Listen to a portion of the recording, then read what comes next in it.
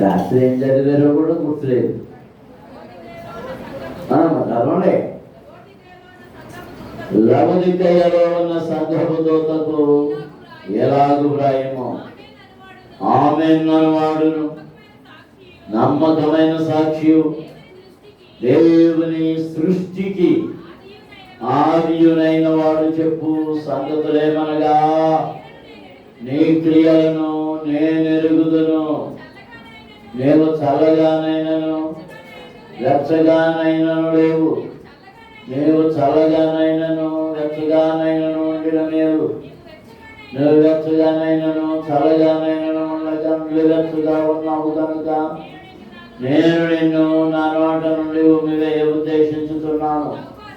నీవు దౌర్భాగ్యుడువును, దిక్కుమారిన వాడవును, దరిద్రుడువును, గుడ్డి వాడవును, దిగంబరుడువునై ఉన్నావని ఎరుగక నేను ధనవంతుడను, ధన వృద్ధి చేసి ఉన్నాను, నాకేమి కొదవలేదని చెప్పుకొనుతున్నావు.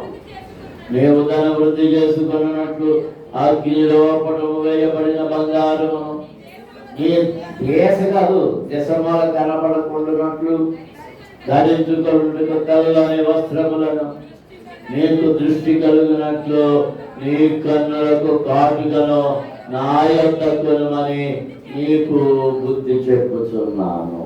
దేవునికి స్తోత్రం. హల్లెలూయా. ఈ బుద్ధి చెప్పువాడు ఎవరో ముందు చూడండి.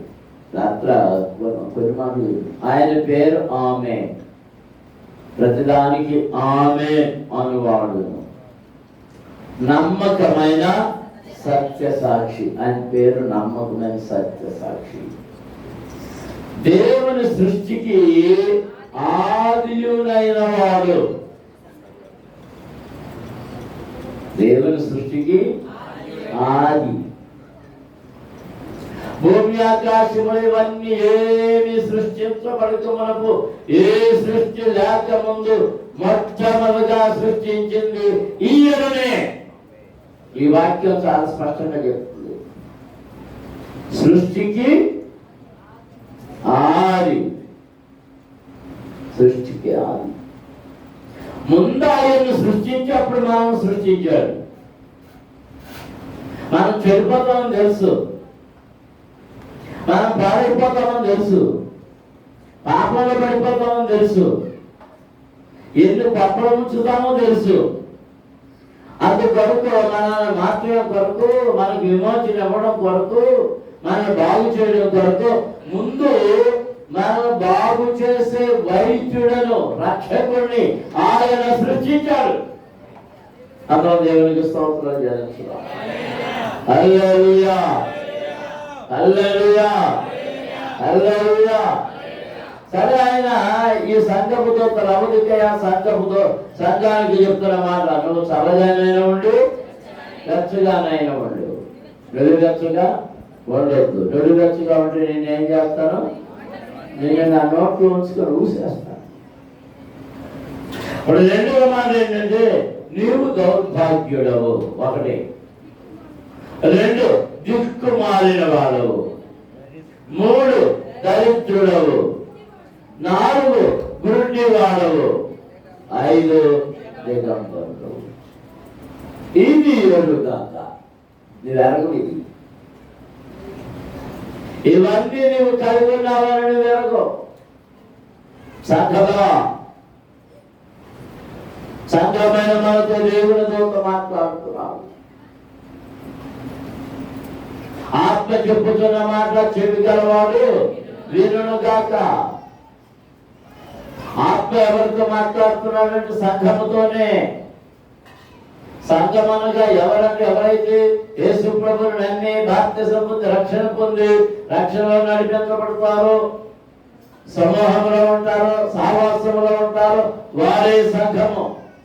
వారి ఏకముగా కూడి పాడతారు, స్తుతిస్తారు, ప్రార్థిస్తారు, ప్రభుత్వ సమయాన్ని గడుపుతారు, విజ్ఞాపనలు చేస్తారు.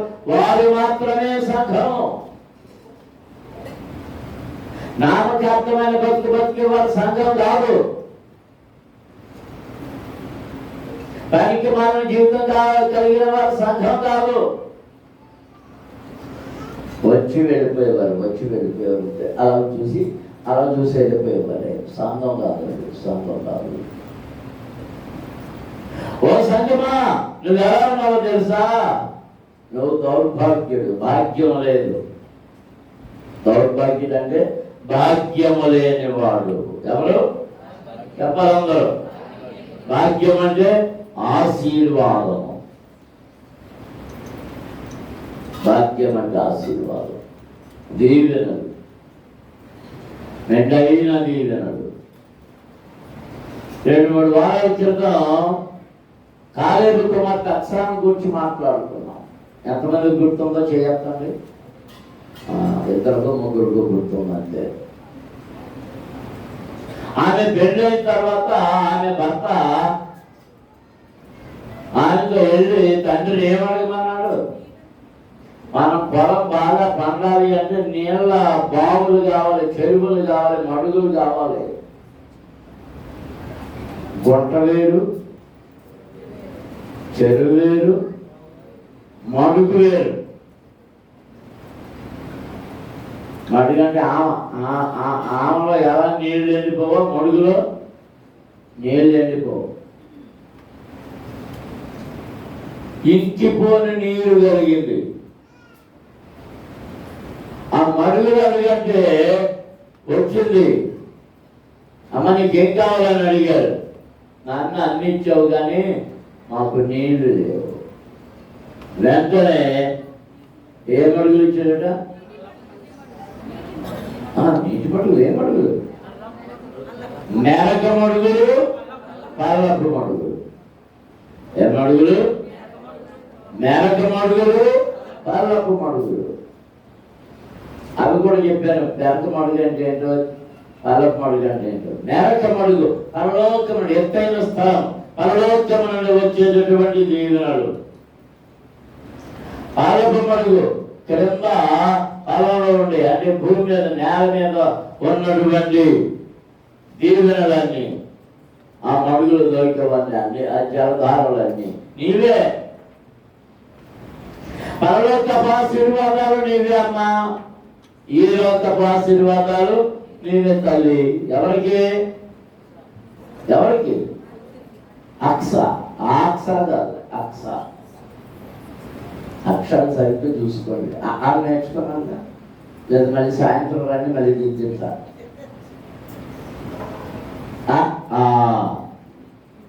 అక్ష.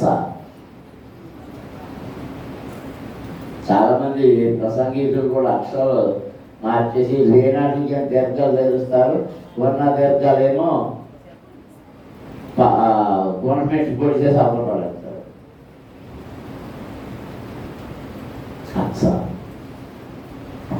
అక్ష మేరకు మడుగులు సంపాదించుకుంది, కానీ నీ సంఘాన్ని ఏమంటున్నాడు? నువ్వు దౌర్భాగ్యుడవు. మేరకు మడుగులు లేవు, పలపు మడుగులు లేవు. ఎందుకంటే అక్ష తండ్రిని అడిగినది గనుక పొందుతున్నది. అంటే తండ్రిని అడిగింది కనుక పొందుతుంది. నువ్వు అడిగేది అడగడం అంటే ఏంటి? అడగడం అంటే ఏంటి? మా రాజుకు అన్ని అనుమానాలు వచ్చేస్తున్నాయి. అడగడం అంటే ఏంటి? ప్రార్థనే అడగడం. ప్రార్థన అంటే అడగడం, దేవుణ్ణి అడగడం. అన్నం దేవునికి స్తోత్రాలు చెల్లించుదాం. హల్లెలూయా, హల్లెలూయా. నీవు దౌర్భాగ్యుడు.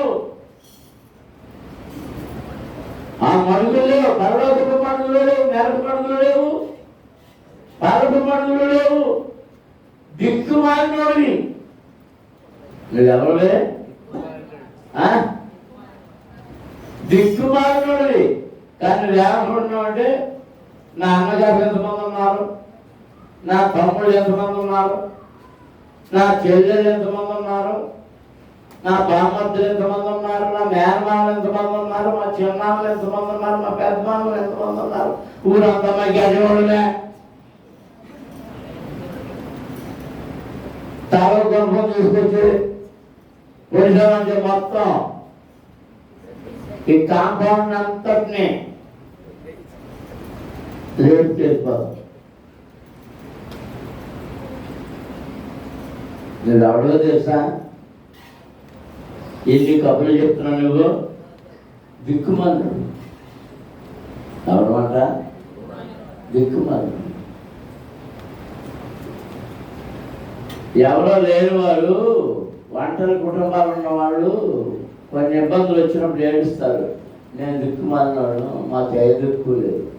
అందుకని చూసి ఏమంటారు? నీ దిక్కున్నక్కడ చెప్పుకో అంటారు. ఎక్కడ? నేను నా దిక్కున్నక్కడ చెప్పుకుంటున్నా. నా దిక్కేదో తెలుసా? నా దేవుడే నా దిక్కు.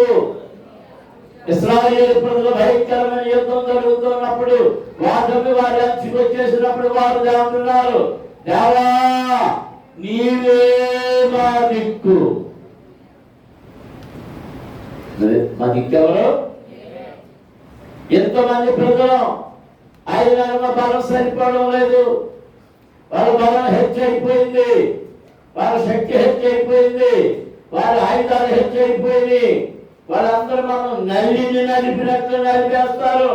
నీవే మాకు దిక్కాలగానే మొత్తం వీళ్ళందరూ దేవుడు ఏం చేశాడు? చెదలు కొట్టేశాడు. ఎన్ని వైపులకు పారిపోయారు వాళ్ళకి అర్థం కాదు. దేవునికి స్తోత్రం. హల్లెలూయా, హల్లెలూయా, హల్లెలూయా. దేవుని వాక్యం ఏం చెప్తుందో తెలుసా? తండ్రి లేని వారికి, తల్లి లేని వారికి, విధవరాలికి, అనాథలకు దిక్కవరు దేవుడు. నేనే దిక్కంటున్నాను.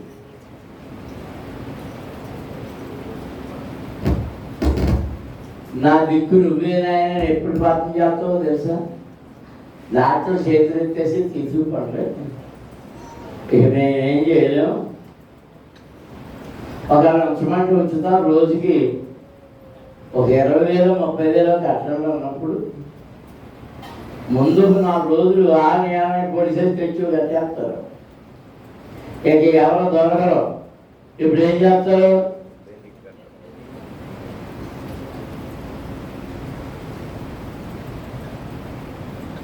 అప్పుడు మోకరిస్తారు. నాయన నువ్వు చెప్తున్నాయన, నాయన నువ్వు ఇప్పటివరకు ఎవరికి బోలు. నేను జిఎస్ఎల్లో, డెల్టాయో, గవర్నమెంట్ ఆసుపత్రిలో అదో అదో అదో అంత అయిపోయాక అన్నీ దుడిపేసుకున్నాక 12 ఏళ్ళ నుండి అన్నీ దుడిపేసుకుంది ఆవిడ. ఎవరావిడ?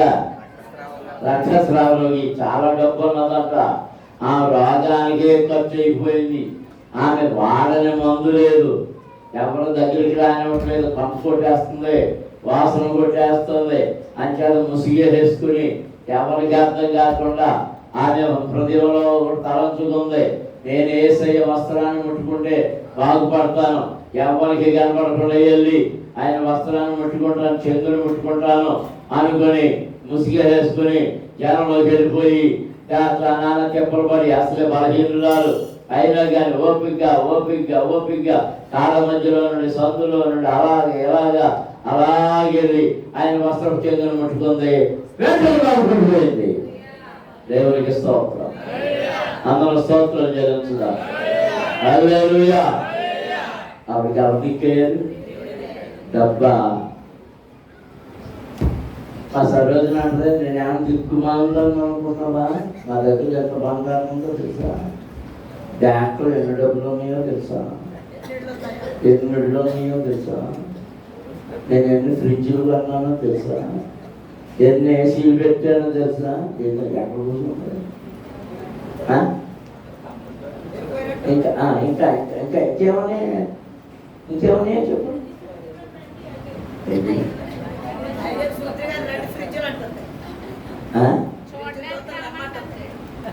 చూస్తానుగా. అలాగే ఎప్పుడన్నా కొన్నాయి ప్రార్థన చేస్తా రమ్మన్నావా? షార్ట్గా అమ్మగారు చదువుతుంది ఇలా చెవుకూడికి వెళ్తారు చాలా మంది ఇందులో.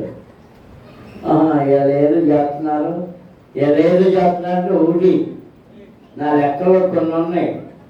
టీవీ అన్న కొన్ని ఉంటారు, నాకు చెప్తే తిడతానని. 2 ఫ్రిడ్జ్ అన్న కొని ఉంటారు.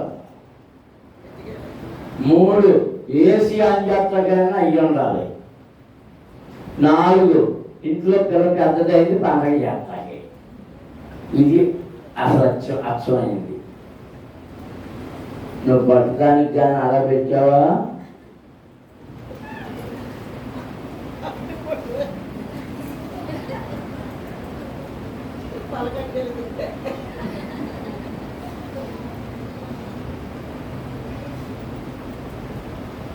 రహస్యంగా వచ్చి చెవులు చెప్పినప్పుడే నాకు దేవుడు వెలువడి చేస్తాడు తప్పటం.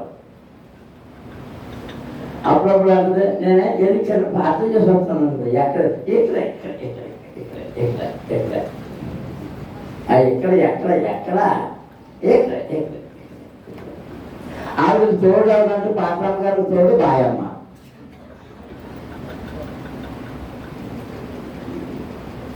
ఈ మధ్య అప్పుడప్పుడు తోడేవాడంటే ప్రేమజ్యోతి. ఇంకో తోడేవాడు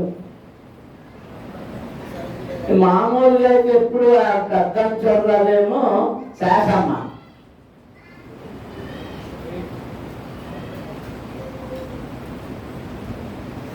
కానీ ఇంకా ఈ కార్యక్రమాల వల్ల ఆయన ప్రార్థన చేద్దాం. ఈ ప్రార్థన ప్రేమజ్యోతి ఈ మధ్యనే కొన్నాళ్ళుగా ప్రార్థన చేస్తారు. కానీ అచ్చమైన చాప మీద కూర్చోబెట్టాల్సిన మాత్రం ఎవరు ఉన్నారంటే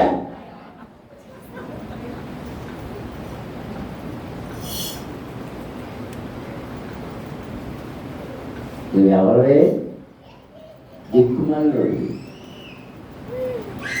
జనమందరూ వచ్చినా, బంధువులందరూ వచ్చినా, చుట్టాలందరూ వచ్చినా దేవుడు కానీ లేకపోతే నీ అంత దిక్కుమాలను ఎవరు?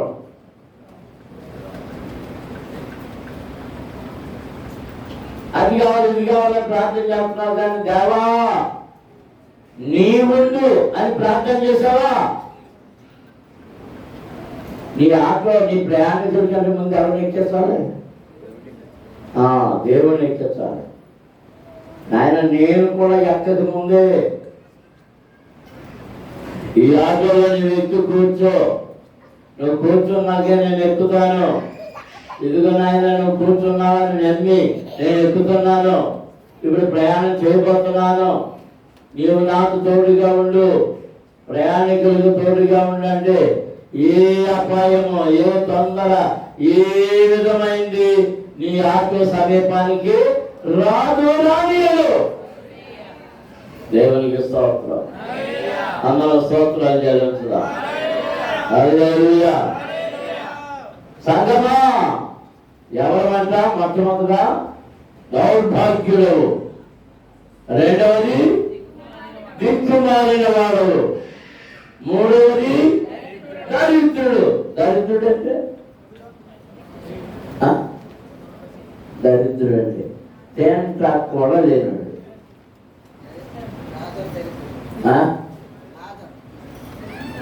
తేంట కూడా లేనాడు,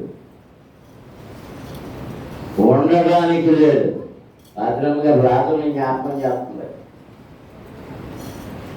ఆ రాత్రులు అంత భయంకరమైన దరిద్రుడేం కాదు. ఇంకా ఎవరెవరో ఉన్నారు.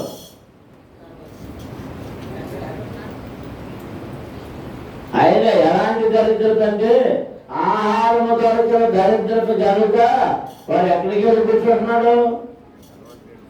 ధనవంతుడి యొక్క ఆ గుమ్మాల్లో కూర్చుంటే దూరంగా ఆ ధనవంతుడు తినేసిన తర్వాత ఆ మిగిలిన మొక్కలలో ఆ దాంట్లో విసిరేస్తుంటే ఏరు కూడా కూర్చున్నటువంటి వాడు దరిద్రుడు. ఆహారము దొరకని దరిద్రుడు, వాక్యాహారము తినలేని దరిద్రుడు మనం. తర్వాత గుడ్డోడు. ఎవరంటే మనం అది ఏంటంటే నీ గుడిదానం వచ్చిందని మాకు గుడిదానం వచ్చిందా, మాకు అంత బాగా కనబడుతుంది. అందరూ గుడ్డోళ్ళు అయిపోతున్నారు. ఎందుకు గుడ్డోళ్ళు అయిపోతున్నారు? ఒకటి దగ్గర 2-3 ఫోన్లు, ఏంటో ఫోన్లు ఛార్జింగ్ తగ్గిపోతే అన్నీ ఇంకో ఫోన్ అందుకోవాలి. అవి చూసి చూసి టీవీలు చూసి ఫోన్లు చూసి కళ్ళు ఏమైపోతున్నాయి. ఆ కళ్ళాక్టర్ దగ్గరికి వెళ్ళగానే ఏమంటున్నాడంటే నువ్వు ఫోన్ ఎంతసేపు చూస్తావు, టీవీ ఎంతసేపు చూస్తావు అని అడుగుతున్నాడు. నువ్వేమైపోయావు? గుడ్డోడి గుడ్డోడి. ఎదురొచ్చేవాడు ఎవడో కూడా అర్థం కావట్లేదు. కన్ను దృష్టి లేదు. నేను పుట్టినప్పుడు మంచి కన్ను దృష్టి ఉంది, అన్ని చూడగలుగుతున్నావు. కానీ ఇప్పుడు గుడ్డివాడు అయిపోయావు. చివరికి ఏమయ్యావు? దిగంబరుడు. ఏమయ్యావు? ఎవరు దిగంబరి? దిగంబరుడు ఎవరు? ఒకరిద్దరు చెప్పండి. వద్దన్న పండు తిన్నాక దిగంబరులు ఎవరైపోయారు? ఆదాముడు. ఇంకో దిగంబరి పేరు చెప్పండి.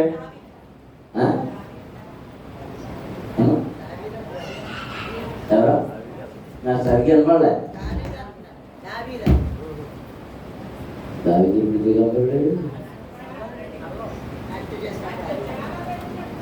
నాట్యం ఆడినప్పుడు దిగంబరు అంటే ఏంటి? భూషి కూడా వేస్తాం.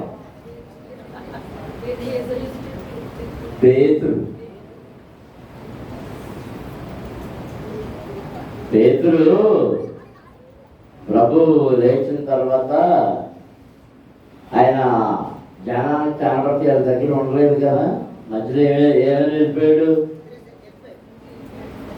నేను నా చేపలు పట్టుకుంటా వెళ్ళిపోతానని వెళ్ళిపోయాడు. వాళ్ళు వేస్తున్నాడు. ఈయన ఒక పూట వచ్చాడు. రే పిల్లలారా ఏమైనా ఉందా అంటే లేదన్నారు. అయితే వలయండి అని చెప్పాడు. వలేసాడు. లాగితే ఎన్ని వచ్చినాయంట? 153 చేపలు. వల బిగిలిపోతుంది. అవన్నీ రాగి వస్తుంటే ఎన్ని చేపలు చూడగా అయ్య బాబోయ్ నువ్వు ప్రభువే అంత ఏం చేశాడు? సముద్రంలో దూకాడు. ఎందుకు దూకేశాడు?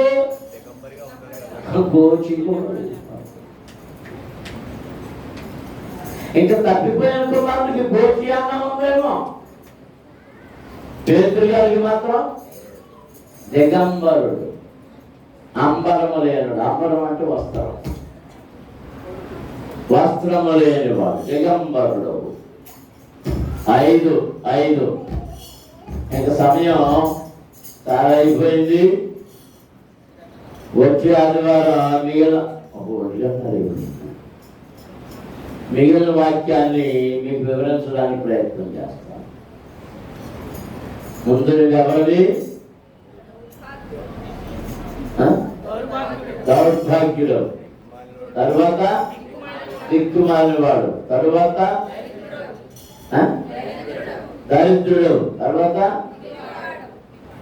గుడ్డివాడు, 5 దిగంబరుడు.